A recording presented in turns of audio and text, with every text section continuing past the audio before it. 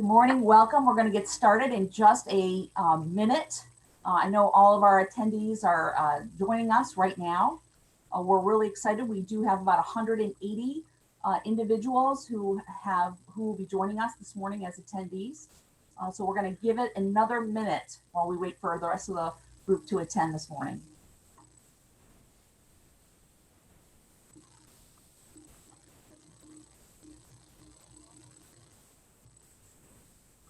Just a reminder for everyone, we are recording the session today, and we will make that available after the event today.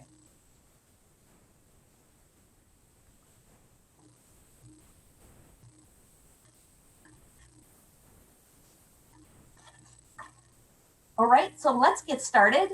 I really want to wish everyone a very good morning and thank everyone for joining us.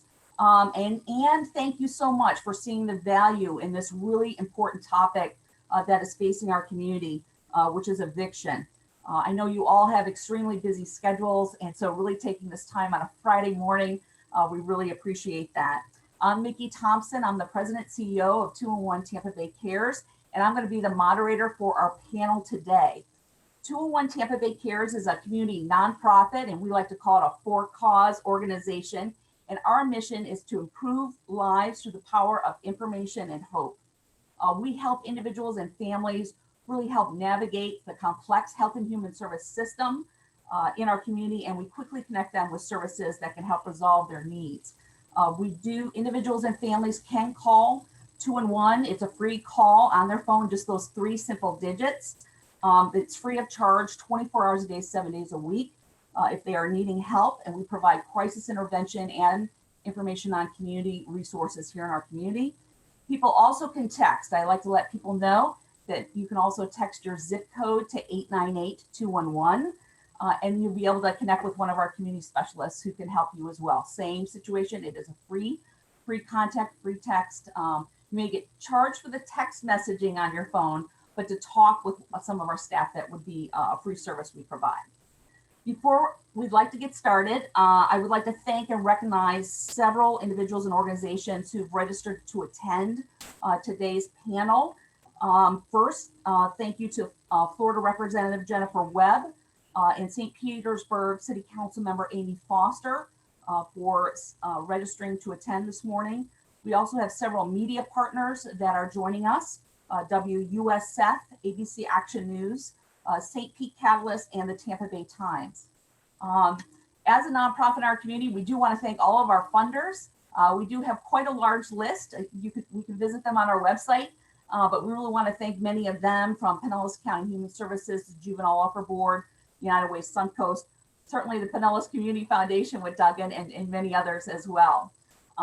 Thank you to our board members of 201 Tampa Bay Cares who are joining us. And last but not least, thank all the community partners out there who are joining us this morning, who are involved and who've been working together with 201 on the front lines for the last 8 months of really trying to help individuals and families navigate assistance during the COVID-19 pandemic. For the last 8 months, our 201 contact centers received over 161,000 incoming calls from individuals and families who are struggling really to make ends meet. That's about 142% increase over that same period of time last year. And we really, in our center, hearing so many calls from people call in needing rental assistance, financial assistance for utilities. They're needing food. They're needing assistance with rents and mortgages. We knew that there would be only a matter of time before we would be dealing with a looming eviction crisis in our community. So we really wanted to bring together a panel, our organization, to do 3 things. 1, elevate multiple perspectives around the eviction issue, clarify any community myths and misinformation about eviction that may be circulating here in our community. And last but not least, really to challenge each of us to think about what each of us can do to help respond and combat the eviction crisis in our community, because it really does take everyone from every sector of our community to really work together to mitigate what could be really a tragic event for many of our individuals and families in our community. So with that, I really want to say thank you to our three panelists for joining us today and sharing your experiences and your perspective. First, we have Duggan Cooley, who's the CEO of the Pinellas Community Foundation. Duggan's going to be speaking today from the funder and nonprofit perspective in our community. We have Tiffany Coleman with Bay Area Legal Services. She's a staff attorney there who's going to be speaking from a tenant perspective. And last but certainly not least, we have Eric Garduno, who's the Government Affairs Director with Bay Area Apartment Association. And he's going to be speaking from the landlord and owner perspective in the eviction today. So, you know, as I said, we've all been dealing with families who've been either laid off, furloughed, have reduced hours. There was early challenges with families in our community with the unemployment system. Once folks were starting to be laid off, was not keeping pace with the need for resources for families to be able to keep up with their bills. And so our 211 Center was receiving an enormous increase in the volume of calls from people who were needing help. So Eric, we'll start with you. From your perspective, when discussing eviction, I really see most of the time, most folks start from a tenant perspective of how it affects tenants. And so can you share with us from the owner and landlord's perspective, what unique challenges you're hearing that they are facing during this current eviction crisis? Eric, you're on mute. Sorry about that. Well, first off, thank you, Micki, for having me be part of this panel. I really appreciate it, and particularly being in the company of such great colleagues here. Very, very honored to be here. So thank you. In terms of your question, I think what I'd like to sort of just spin it a little bit to say that yes, certainly we're seeing numbers of evictions increasing, but if there's an issue here, it's a rent payment crisis.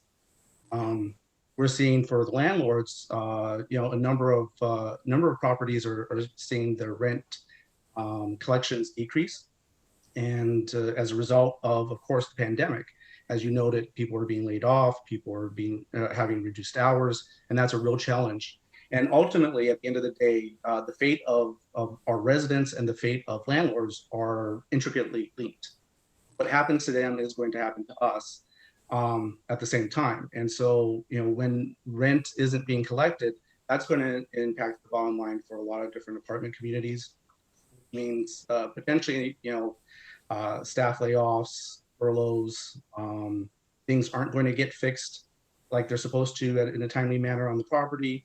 Capital improvements in long term, people are delaying these things. And I should also underscore, I represent the Bay Area Apartment Association. Certainly a good chunk of our members are apartment owners and managers, but another huge segment of our membership are apartment suppliers, or what would be more readily understood, the tradespeople who support the apartment industry. So your roofers, your plumbers, your electricians. And apartment communities make use of their services all the time.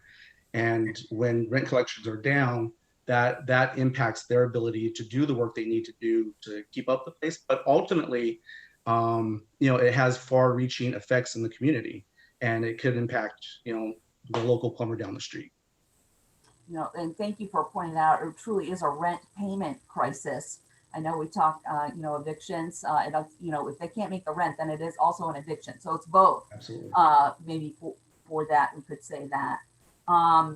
So Tiffany, from a tenant's perspective, you work with tenants, Bay Area Legal Services and many of our other legal services in community have worked with tenants facing eviction even before this pandemic. From your perspective, what alarms you about the current state of, rent, the crisis with rent payment assistance, as well as evictions here in Pinellas County? So we've been tracking the filings of eviction for non-payment of rent in Pinellas, Pasco, and Manatee since April. So Pinellas has been in the lead for, the filings of evictions of non-payment of rent. And I think right now they're up to 1,005. And Eric said, it's going to rise, especially after the CDC moratorium. but there is still help out there. There's a number of households that are still eligible for CARES Act financial assistance for rent. Because this is, like he said, it's not only an eviction problem, it's a non-payment of rent also. These people are not receiving the funds they need to pay these rents. So we've been trying to do more community outreach and providing community legal education through frequently asked question documents, eviction flow charts, Facebook Lives, to just raise awareness to available resources and education on not just the last moratorium, but the CDC moratorium, and to educate as much people as possible. Because if you don't know anything, then you can't receive the assistance. Great, thank you, Tiffany, for that, and all that you all are doing. I know doing a tremendous amount as well. So Duggan, as a major funder yourself here in our community and involved in many groups and association, I know the Homeless Leadership Alliance is one of them. From your perspective, will you share kind of some of the obstacles that maybe nonprofit organizations as well as funders may be thinking about or experiencing right now as it relates to the eviction crisis? So one thing we're definitely seeing across nonprofits, especially those providing human services, is the dramatic increase in the number of people seeking assistance. So hearing feedback from our food banks and food pantries is often where we see the first part of a crisis develop. That's the first place many people go, is to receive some type of food assistance. And the numbers are unprecedented for those organizations. They're also faced with the challenge of a declining number of volunteers because of concerns around safety. So we have been working to try and make sure that there are funds available to those types of organizations, but that gives us an eye to the crisis that is sort of under the surface at the moment. It's been impressive to see our nonprofit organizations around the community come together, work collaboratively to try and find solutions to today's challenges and these growing numbers. We, as a funder in the community, Pinellas Community Foundation, back in March, worked to create the Tampa Bay Resiliency Fund with Allegheny Franciscan Ministries, United Way Suncoast, and Foundation for Healthy St. Petersburg to make sure that we had a collaborative effort to fund resiliency work in Tampa Bay.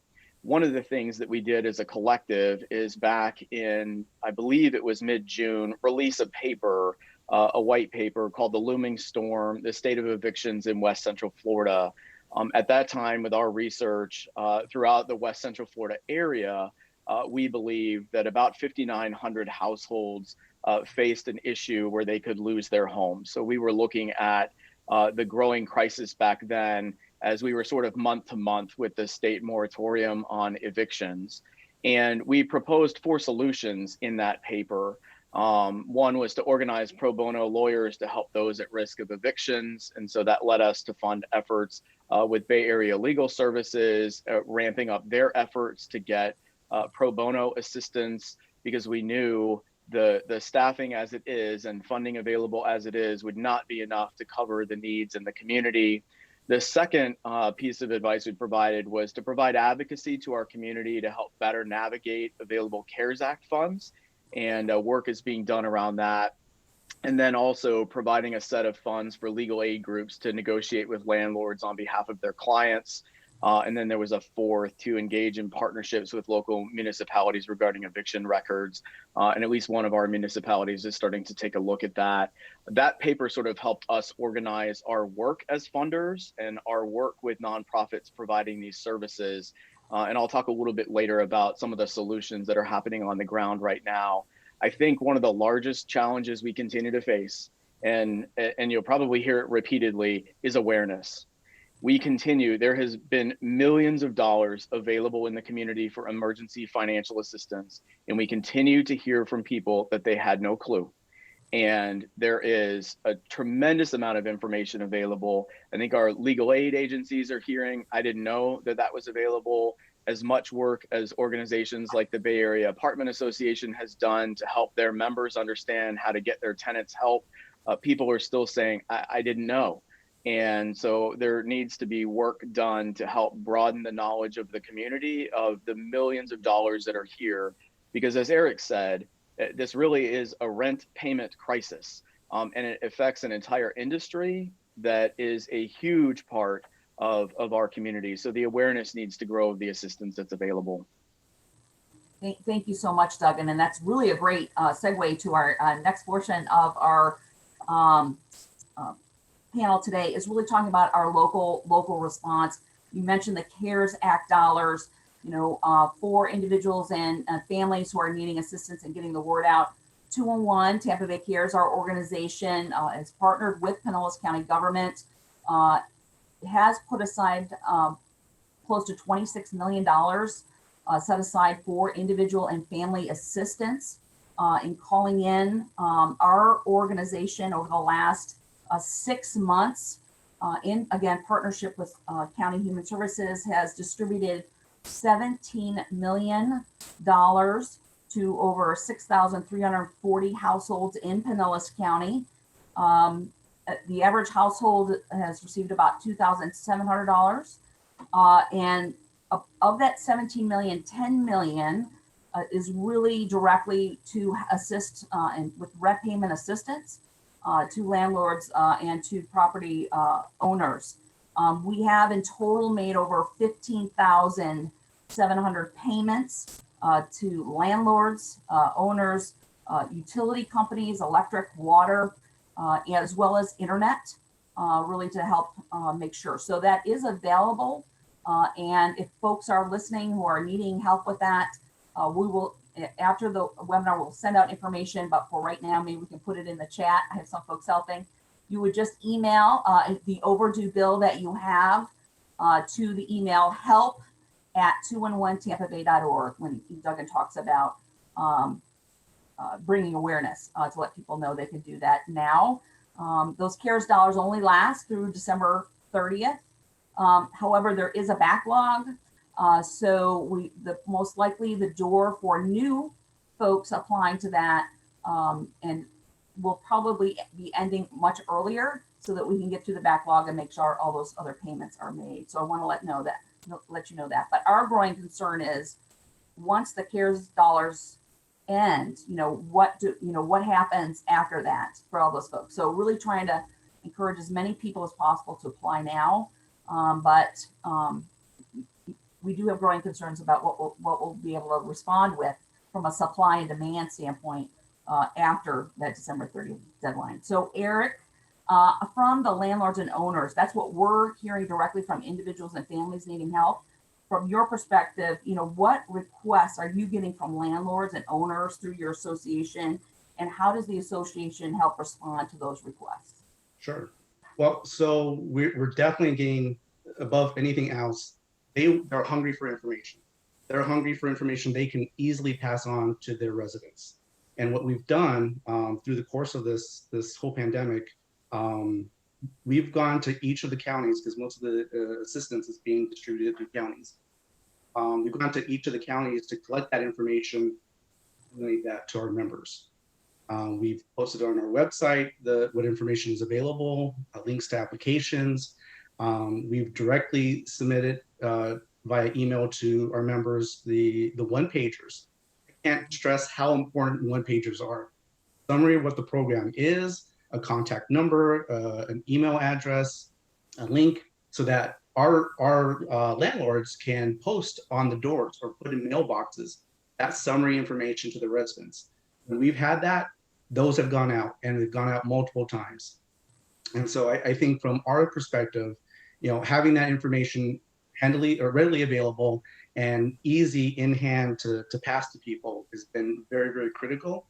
And ultimately, the other thing I've heard a lot from our landlords, and this is kudos to 211, Pinellas County, both the staff and the commission, that Pinellas CARES program has really gotten it right.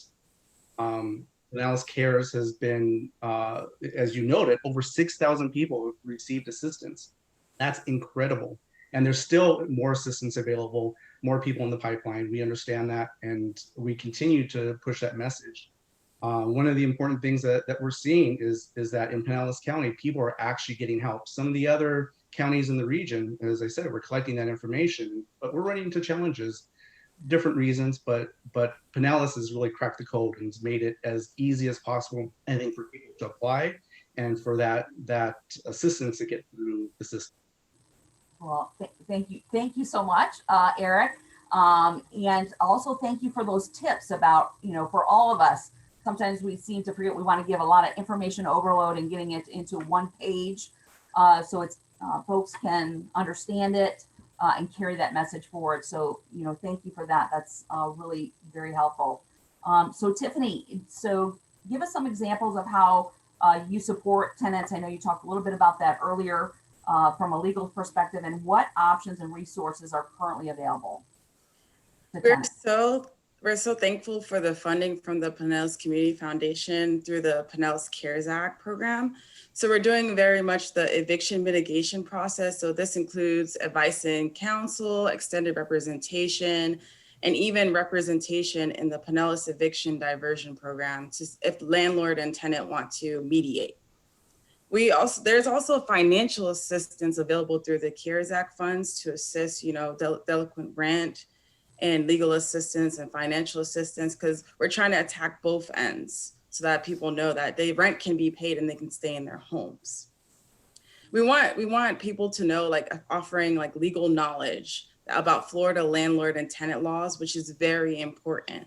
Once a tenant is served with an eviction, there's only 5 days to respond to the court, or you face a default judgment. So under this, it's very time sensitive, and we have to make sure that these tenants come to us as soon as possible, even prior to the eviction being filed, so that we can assist them at their needs.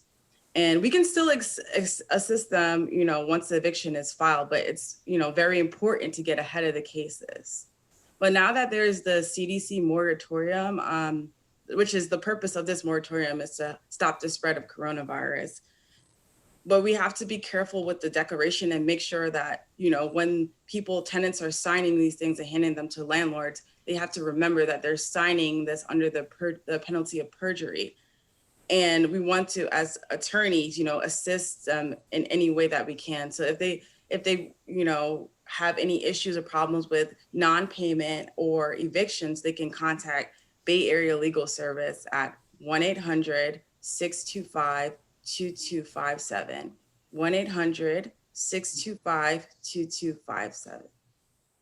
Yeah, thank you, Tiffany, for that. And we'll make sure that information, that legal aid hotline number, is provided to everyone. Duggan, for this section here for response, can you share how the nonprofit sector, because I know you, again, participate in many of our community groups that we have locally. How are they responding to the situation? So first of all, a few months ago, Pinellas County government came to Pinellas Community Foundation and asked that we help administer about $30 million in CARES Act funds specific to nonprofits in the community, taking action to meet COVID-19 related needs. Food, behavioral health, and eviction mitigation through legal aid are the focus areas. And it has been wonderful to see the continued response from our nonprofit community. But as it relates to evictions, I think the important thing to note is that we are very fortunate in Pinellas County. We have 3 very skilled legal aid agencies: Bay Area Legal Services, Community Law Program, and Gulf Coast Legal Services. All of them have received funding under the Pinellas Cares Nonprofit Partnership Fund. All of them work together with each other to meet the community needs. They have set up a way that there really is no wrong door. You can reach out to any one of them, and if one organization is better suited to help than another, they can transfer that information through their electronic case management system. They've done a fantastic job of working together to meet the needs. They've also been innovative in their programming. They have made sure to reach out to expand what is available to help. And all of them really want to find solutions to the challenge. I think all of the organizations, legal aid, I think many of us get concerned when we hear lawyers are involved, but really the lawyers in these cases want to find positive solutions. They understand that landlords need to be paid rent. They understand the challenge of the tenant who can't pay because they've lost their job or their hours have been reduced. And they're really working to find solutions to the problem that are going to prevent an eviction, or if one has already been filed, find the best way to stabilize the tenant while also working to make sure that the needs of the landlord are met. And so they've all been working very hard at that. They all three legal aid agencies also have access to a pool of funds that is available to help pay back rent and fees if that is going to help stave off or eliminate the eviction. We also know that in certain cases that maybe the eviction needs to proceed for whatever reason. And maybe it is the legal aid assistance that provides negotiation between landlord and tenant to extend the time in their current housing a little bit, but then also connect the tenant to the Homeless Leadership Alliance. And there's a pool of funds that has been made available to the Homeless Leadership Alliance for cases where the eviction will take place. Maybe there has been an extended time for the tenant to leave safely and get to other appropriate, affordable, and safe housing. So with all of these agencies, they have set up a wonderful, fantastic integrated system, and you can reach out to any of them to get the help that is needed if they're facing eviction. Thank you. All great things. Again, I think kind of a theme is information is power, really letting people know where those resources are. And one last question, Duggan, regarding from a funder perspective and funding. Have you yet seen or anticipating any changes in what is funded in our community? You know, we have priorities prior to the disaster, and then a disaster happens, or how funding would be provided to respond to the eviction crisis. Again, with that concern of that looming December 30th with the CARES Act funding right now ending. I think our best efforts right now need to be in the communication of the availability of these programs. As we know from our long tenure in the world of social services, people wait until they are at the worst point of a crisis to reach out for help. These programs are available now. You do not have to be facing imminent eviction to reach out and ask for help. And so it is important that you avail yourselves of the services that are available.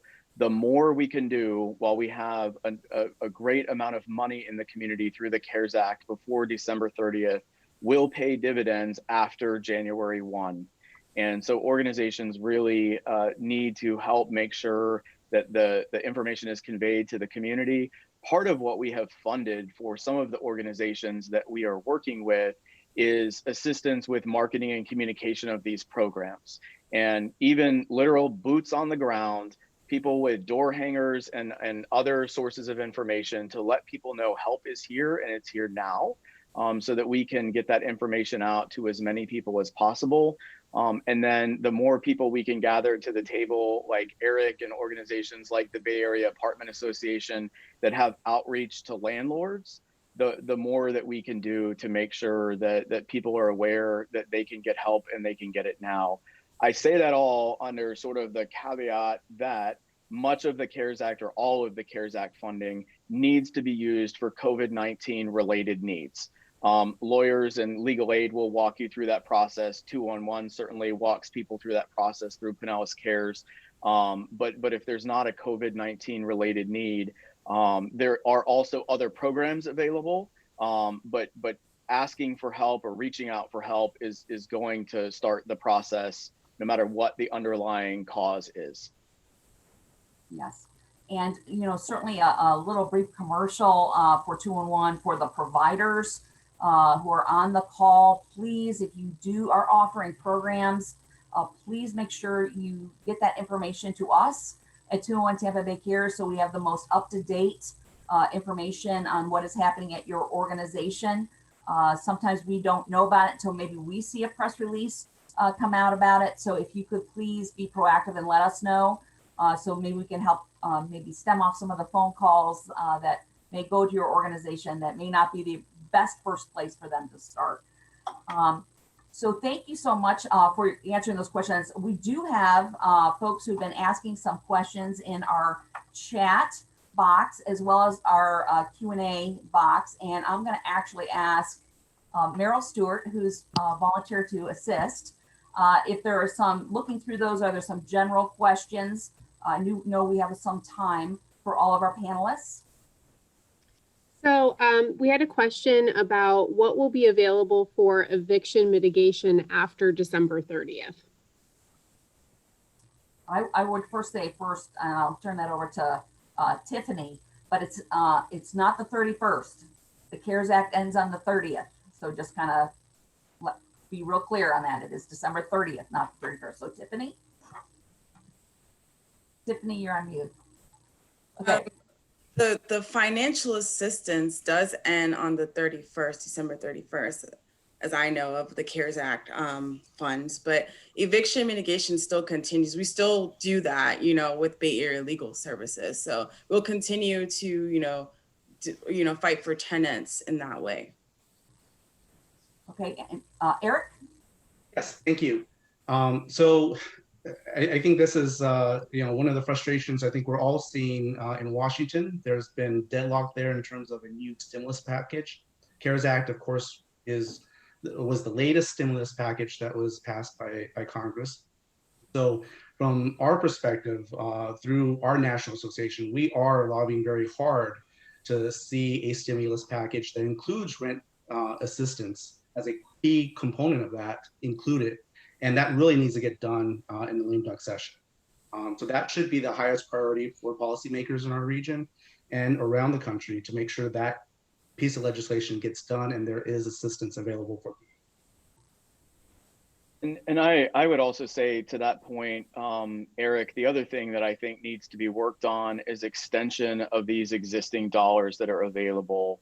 There are many communities across the country who forecast not spending the allocation that came from the U.S. Treasury direct to municipalities and local governments by the December 30th deadline, and even an extension to that of existing money that is out there would be a huge help, and I think would help our community over the long term.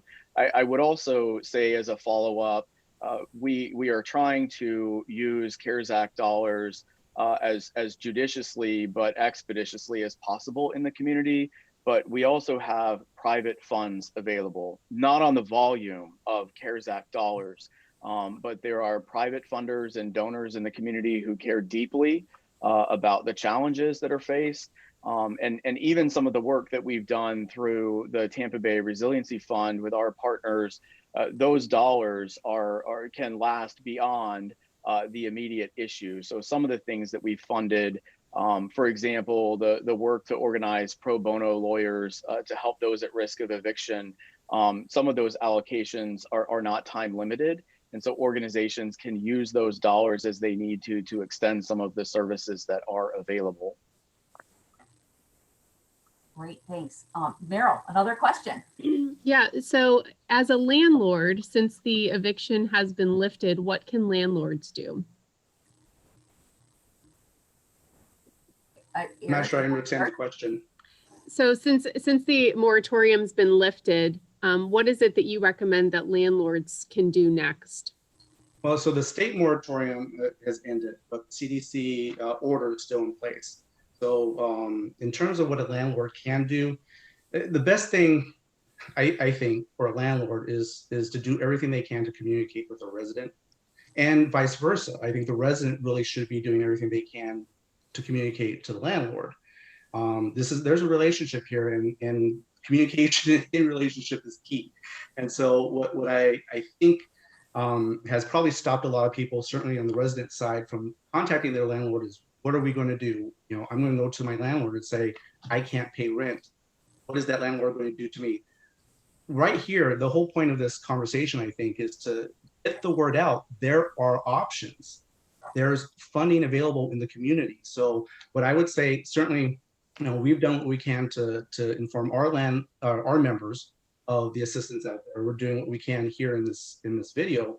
But at the end of the day, that communication has to take place, and there has to be a discussion. There may be things, certainly helping the resident apply for assistance if that's, they're eligible for that. Or there could be other things that the resident and landlord can work out. But you can't know that until there's actual dialogue between the two parties. And so for landlords and residents, my number one advice is talk to each other. Great, excellent, excellent. And Tiffany, anything to add from your work and working with between tenants, mediation between tenants and landlords? Eric is right. Communication is definitely key because we always, number one question we do ask, tenants and landlord is, when a tenant comes to us is, what's your relationship with your landlord? Because that is important to know because you're going to know if it's going to be a contentious type of, litigation or, type of relationship. So it is very important, to let your landlord know what's going on and let them know that even if you're, waiting on assistance, let them know what's going on because they need to get paid also. And I just follow up, Micki, and add to the communication piece, the action that can be taken from the landlord is to use the information that you've learned on this call today and share that with the tenant. I think many times we have found the tenants don't know what help is available, and simply providing that information to them could help them take the steps that they need to get the help that they need. And so to open the dialogue and share the solutions, because many times people don't have a clue. I'll add too that 211 again has done a great job, one pager, all the information there. The new programs that are coming online, which we're really excited about, that Gulf Coast Community Foundation is, sorry, not Gulf, Pinellas Community Foundation has funded, my apologies. We're excited about working with them as well. I know for Gulf Coast Legal, they have a great one pager and we have that available to our landlords as well. We sent that out. And so, yes, communication and sharing that information and working together as a community is the way we're going to get through this. So I just like, go ahead, Duggan. Oh, I was going to say also from a legal aid perspective, of our 3 legal aid agencies, our community law program does work with landlords. The other organizations really are here to represent tenants and help tenants, but community law program can help facilitate things from a landlord perspective as well. So I'd just like to add just kind of, again, another maybe tip for some of our community providers who are providing those one pagers of information. Information right now, from our perspective, is changing on a daily basis. Eligibility criteria also has been changing with local resources. So really, if you are creating a one-page guide, if you could put a date in the bottom of the flyer. So because many times nonprofit organizations, we hold on to them and then we, pass them out and then we go, no, we don't need another flyer, when the other flyer may be the updated one. If you could make sure you have the most latest flyer on that program, because information is changing. And I think a big change of eligibility criteria is going to happen after December 30th with some of the programs. So that's another kind of milestone to really be on the lookout of, do I have the right information in front of me? Am I sharing the right information? So we're not continuing to spread misinformation. Meryl, let's do one more question. Okay. So there's a question about what are the restrictions on eligibility for rental assistance and legal assistance? So are there things like income limits, citizenship requirements, things like that? So I'll start first with the Landlords Cares financial assistance program. There is no income eligibility requirements. You do have to be a citizen. You do have to have an overdue bill that is past March 1st forward to present. Can't pay for past bills that were overdue prior to that point. There is an attestation statement that folks will need to sign. You don't need to look for that form. We'll send it to you. You just need to send us your overdue bill and ID. And then the attestation statement, basically you're attesting, again, under perjury, back to Tiffany's statement of making sure people know that, saying that yes, my income was impacted by COVID-19. I was laid off, furloughed, or had a reduction in hours. I have less than $10,000 in the bank, meaning just my checking and savings accounts.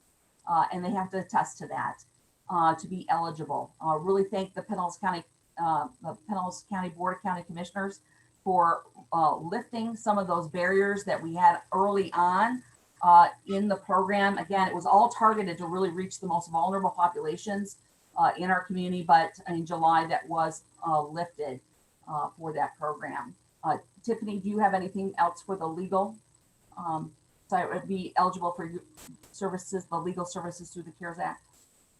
Yeah, through our eviction mitigation, we go by the 2020 federal poverty line guidelines. So so it had to be within the 200% of, your income to be eligible for our services. But if you are a lawful permanent resident or U.S. citizen, you can definitely, apply for our services and get help. And again, back to the CARES financial assistance for individual families, I didn't mention, but yes, you have to have proof of citizenship here and proof of being a Pinellas resident for those funds as well. So thank you with that. Can I interject here for just 1 second? Yeah, go right ahead, Eric. Just on a couple of points. One, again, kudos to the board, county commissioners for changing that criteria back in July and making it easier. That's been a huge help. But second, I think, adding a little bit more detail to what you just provided. For instance, the as I understand, and correct me if I'm wrong, when we're talking about eligibility and income, it's at time of application. So if you're out of a job, you're probably going to qualify. Or going back to the 2-on-1, if you were furloughed but have a job today, you can still go back and get assistance. Absolutely. I think those are important points that may not necessarily, come to the surface when somebody's looking at that one pager. Thank you, Eric. Really appreciate that. And Tiffany, is that the case when for the funding, it's at the time of seeking your services? If they don't have any income right now, they would be below that federal poverty. It's not taking in the last years of income. Yeah, it's at the time that you're applying for services. And we asked a question, if within the 15 days of applying, will your income change drastically? But usually it's not going to change within the 15 days. There is a follow-up question to that for Tiffany. So for those that are just above that 200% poverty line, do you know of any reduced fee or affordable legal services? I am not sure of that. Yeah, I'm not sure about that. I have to check on that. So what we can do is we can research that at 2-on-1 and with some of our partners and list those at the end of our panel today. When we're finished, we're going to be sending out by Monday, let's say that, a survey for folks, but we'll also have answers to maybe some of those questions that are in our chat or in the Q&A that we were not able to get to this morning, just so everyone has information or a place where they can turn to for more information on that question that they have. We may not know it, but maybe we can direct you to where you could get that information. So we're almost at the end of our hour this morning, and in closing, because I want to give some time for our panelists to have one last opportunity to share with us. I'd like to know, I know sometimes we hear, again, because the information's changing so fast, if you have heard of what's been the most surprising myth or misinformation that you've heard concerning either accessing services for help, financial assistance, or with being evicted. I know we get a lot of calls from folks who are think once they just are having that initial conversation about being able to pay their rent, they're evicted immediately. So let's start with Eric with that. Well, I think there's a couple of things that I want to highlight here. First is one of the challenges, misinformation, I think, is what you have to do to apply, because from program to program, again, we've been trying to track and provide information on all the different programs in our region, and each one has its own criteria. Each one has its own sort of eligibility, own process. So if you learn about one, you may think the other one's the same way, and that's not the case. So making sure you have the right information for the right program and all of that readily available has been a real challenge and has led to, unfortunately, misinformation. I think the other thing to keep in mind is from the landlord perspective, the last thing we want is to go to eviction. That is not, we're in the business of providing housing, not evictions. That's not our objective here. Our objective is making sure people have safe and clean and their housing, and they're happy at their house with their housing. And so what I would say is, work with the landlord, talk to the landlord. We're going to do what we can to help you out. Good tenants is something that we very much value. There's a relationship there that we very much value. And please, let's work on this together. Tiffany, what about from your end? One myth is that rent does not need to be paid or due because of moratorium. I think that's a myth like we hear a lot, but rent is still due and your landlord can still add late fees that you don't pay. And to get the protection from the CDC order, you need to make and document your best efforts to make timely rental payments as close to the full amount to account for anything. Another myth that we do hear is that you have to wait, like, Duggan stated earlier, till you get served with an eviction action to get help. We need tenants and landlords to access these available resources as soon as possible. If you have not paid rent before, for months, please contact us. We need to ensure that you're staying in your homes. Duggan, what about what myths or misinformation do you hear? I would say, the thought that landlords are unfriendly or just want to evict you is one of the key myths that's out there. And I think Eric addressed that a little bit, but I think you see from the panel discussion today, we have representation from a very large apartment association that has many members and has been working to make sure that their members have the best information available. They want to see success. They want to see people maintain their housing. Evictions, especially in the middle of a pandemic and economic crisis, is bad business for everybody. And so the point that I'd like to convey is there are many people in the community who want to work together and who really believe that we're all in this together. So even if you haven't paid rent for many months, not talking to your landlord, or from the landlord's perspective, not reaching out to the tenant to inquire how things are going, is not going to reach a solution. And so it's important to engage in that conversation and to not be afraid to do that. Great, thank you. So just as we wrap up, is there anything each of you would like to share that you didn't get to opportunity to share that you think our audience that we have today would be interested in hearing about? I'll give you a moment to think. Just reiterating, if you're late on your rent before an eviction is filed, contact us. If you have a 3-day notice, contact us. And evictions stay on your record and can be harmful for you if you want to find another place to live. So we need to get ahead of it. So if you do need any assistance, please contact us. There are resources available. Duggan and Eric, anything else to add? I'll just add again, I think the great work you guys are doing and now the new programs are coming online, we're really appreciative of. I think they're doing the job that needs to be done to help people in need. Then I think, yes, there are evictions being filed, but we're still well below what normal numbers are. And so, there's been a lot of talk about eviction tsunamis. I think we can avoid that completely if we work together and implement these very effective programs the way that we're doing here. And I would just follow up. The programs are in existence now. They're working. We're trying to make sure that the best available information is out. The Pinellas Cares financial assistance program through 211 continues to exist. We're adding these additional programs. And so it's important to take action now. and not to wait.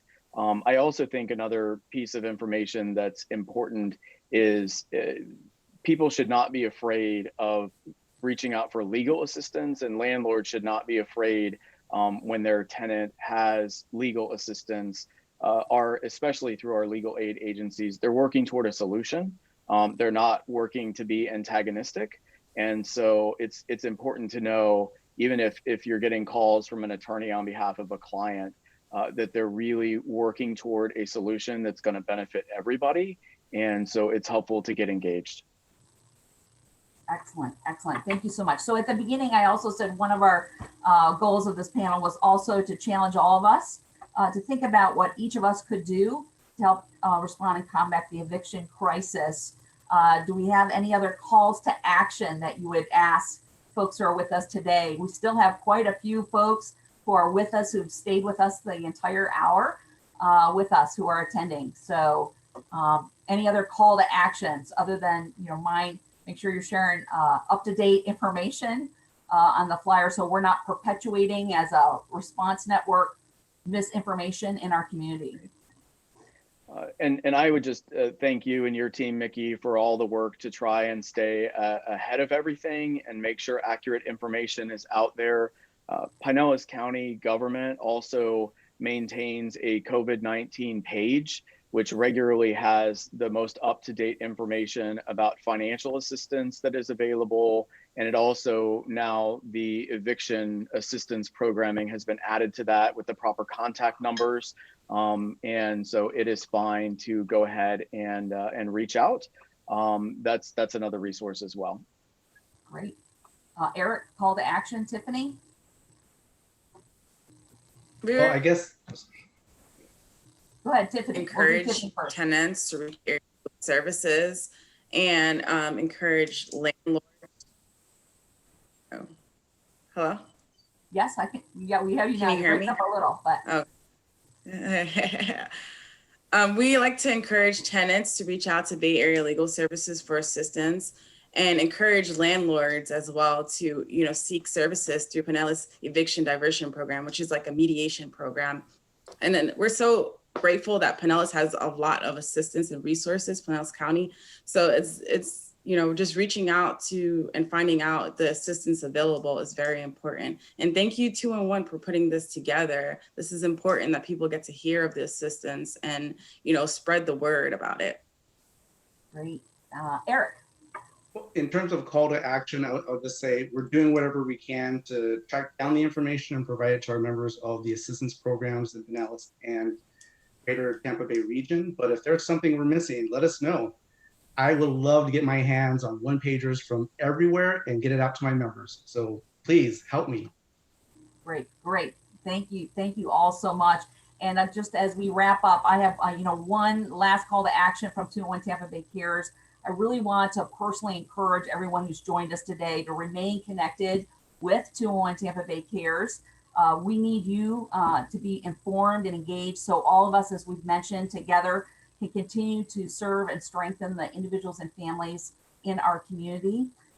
You can, after, as I mentioned earlier in the webinar today, we are going to be sending out a survey asking you if you want, how you want to stay connected with 2-in-1 Tampa Bay Cares and learn about other information that's available. So a first step would be you could actually respond to our survey that we send out. We'll have, do you want to participate in future webinars like this about issues affecting our community? Do you want to, what topics are of interest to you? Do you want to participate? We are launching our Community Connections Community Council that really will have, it's an exclusive group of business leaders who will have access to a lot of the information on the needs in our community that can help inform them, their organization, how they want to engage in the community with organization, what are the most current needs. And then last but not least, if you or your organization you work with wants to have more information on what services are available, as well, as simple as that. I think a theme today is really information is power. And we really want to make sure we get as much information out and the most up-to-date information out when it comes out. not just for 201 Tampa Bay Cares, but for all of us. So truly, on behalf of our entire 201 Tampa Bay Cares team, we really want to thank each and every one of our panelists today. Thank you, Duggan, Eric, and Tiffany, for sharing your expertise and your experience and your perspectives. I really want to thank all the attendees who've joined us and stayed with us. A personal shout out from 201 Tampa Bay Cares. Thank you for all you are doing for individuals and families in the community. We could not do the work that we do without you, and you are really instrumental in helping so many people in our community. Together, we can and will continue to make a tremendous difference for all of those people, and we need to keep that at the forefront. I know it can be daunting of the needs that are coming into our organization, but we are making a difference. We're making a huge difference for many families in our community, and together we can and will continue to make that difference. So thank you so much again. Let's stay connected, and we hope each and every one of you have a wonderful, wonderful weekend. Enjoy. Thank you so much. Thank you. Thank you.